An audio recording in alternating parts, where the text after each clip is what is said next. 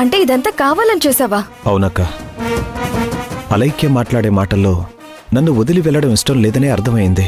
తనకు బుద్ధి చెప్పాలి, తన ఆలోచనలు మారాలి అంటే ఇలా చెయ్యాలని నేనే నిర్ణయం తీసుకున్నాను. కావాలనే ఇదంతా చేశాను. జరిగిందంతా నాటకమే అక్క. ఏ ఆడపిల్ల తన స్థానంలో ఇంకొకరు వస్తున్నారు అంటే తట్టుకోలేదు. నా స్థానం ఎక్కడ పోతుందో అనే భయం, నా భర్త నాకెక్కడ దూరం అవుతాడు అన్న బాధ, తను మారుతుందన్న నమ్మకాన్నిచ్చిందక్క నాకు. చెప్పా కదక్క, రెండో పెళ్లి చేసుకోవాలన్న ఆలోచన ఎప్పుడూ లేదక్క. కావాలంటే జీవితాంతం ఇలానే ఉండిపోతాను, కానీ ప్రాణం పోయినా ఇంకొక పెళ్లి మాత్రం చేసుకోనక్క. తను నా జీవితంలోకి వచ్చినప్పటి నుంచి తను నా మనిషి అనుకున్నాను. జీవితాంతం తనతోనే బ్రతకాలి, తనని బాగా చూసుకోవాలి అనుకున్నాను. నా మనసు అర్థం చేసుకోకుండా తను తప్పు చేసింది. తన ఆలోచనల వల్ల, తన తప్పుల వల్ల నేను దూరం కావాల్సి వచ్చింది. అంతేకాని కావాలని ఎప్పుడు దూరం చేయలేదక్క. ఇప్పటికీ నేను చేసేది మంచిదో కాదో నాకు తెలియట్లేదు. తనని దూరం చేసుకోవాలో దగ్గర చేసుకోవాలో అన్న దాంట్లో సరైన అభిప్రాయం కూడా లేదు. నువ్వు చెప్పినప్పుడు, భూమి చెప్పినప్పుడు, మాధవ్ చెప్పినప్పుడు, అమ్మా నాన్న చెప్పినప్పుడు ప్రతిసారి తనకు అవకాశం ఇస్తూనే వచ్చాను. ఇన్ని అవకాశాలిచ్చాను.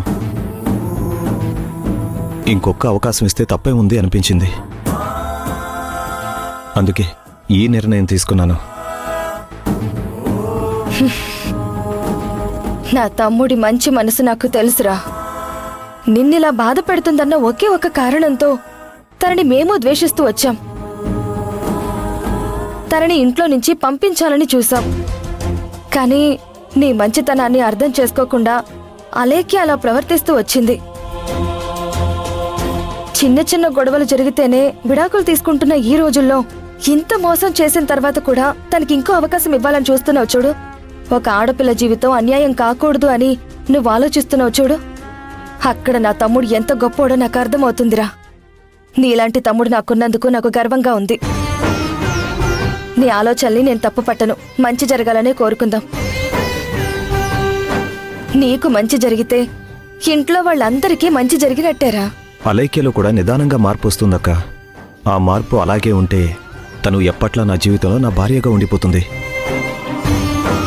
మారకపోతే నేనొక్కడనే ఉంటాను. అంతేకాని మరొకరికి మాత్రం నా జీవితంలో స్థానం ఇవ్వను.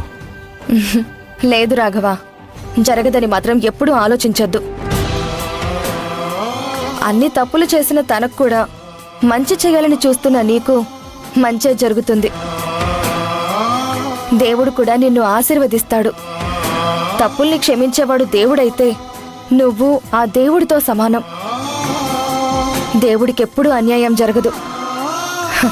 నీకు కూడా ఎప్పుడూ అన్యాయం జరగదురా.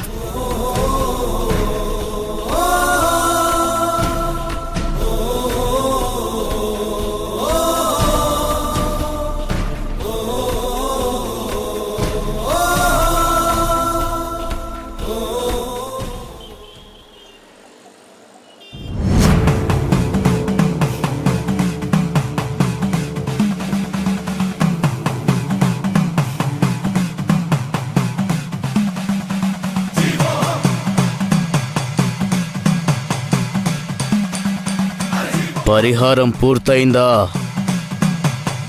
పూర్తి చేయాలనే బయలుదేరాం, కానీ దారిలో అనుకోకుండా వెనక్కి రావాల్సి వచ్చింది. ముఖ్యమైన పని మీద వెళ్ళినప్పుడు వెనక్కి రాకూడదని తెలీదా? ఇంట్లో అక్కకి యాక్సిడెంట్ జరిగిందని తెలిసింది. ఆ తర్వాత అక్కను అలా వదిలేసి వెళ్ళలేకపోయాం. ఇంటికి కీడు సోకినప్పుడు, మనుషులు బాధల్లో ఉన్నప్పుడు అవి తీరడానికి చేసే ప్రయత్నాలలో ఏదో ఒక అడ్డంకి వస్తూనే ఉంటుంది. అవి దాటుకుని వెళ్ళగలిగినప్పుడే ఆ సమస్యలనేవి తీరుతాయి. మీరు మధ్యలో వచ్చేసి చాలా తప్పు చేశారు. పొరపాటైపోయింది స్వామి. ఒక్కసారి దాని గురించి మాట్లాడదామని వచ్చాము. నేను మీకు ముందే చెప్పాను, ఎన్ని సమస్యలు వచ్చినా, ఏమి జరిగినా అక్కడికి మీరు వెళ్ళి తీరాలని చెప్పాను. మీ శాప విమోచనానికి మార్గం అక్కడే ఉందని చెప్పాను కదా. అయినా కూడా నా మాట కూడా లెక్క చేయకుండా ఇంతకాలం కాలయాపన చేశారో?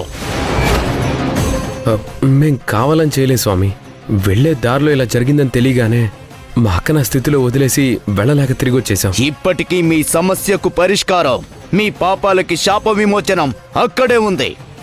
వెళ్ళి రాగలిగితేనే మీ సమస్యలు తీరుతాయి, మీరు కష్టాల నుంచి గట్టెక్కుతారు. అంతకు మించి జరిగేది ఏమీ లేదు. అయినా నేను అంత గట్టిగా చెప్పినా కూడా మీరు ఇలా చేయడం నాకు నచ్చలేదు. లేదు స్వామి, మళ్ళీ వెళ్ళాలనుకుంటున్నాం. తప్పకుండా వెళ్తాం ఈసారి. ఒక్కసారి మిమ్మల్ని అడిగి వెళ్దామని వచ్చాం. వెళ్ళొచ్చిన తర్వాతే మళ్ళొకసారి కనిపించండి. అప్పటి వరకు నాకు కనిపించాల్సిన అవసరం లేదు. వెళ్ళండి.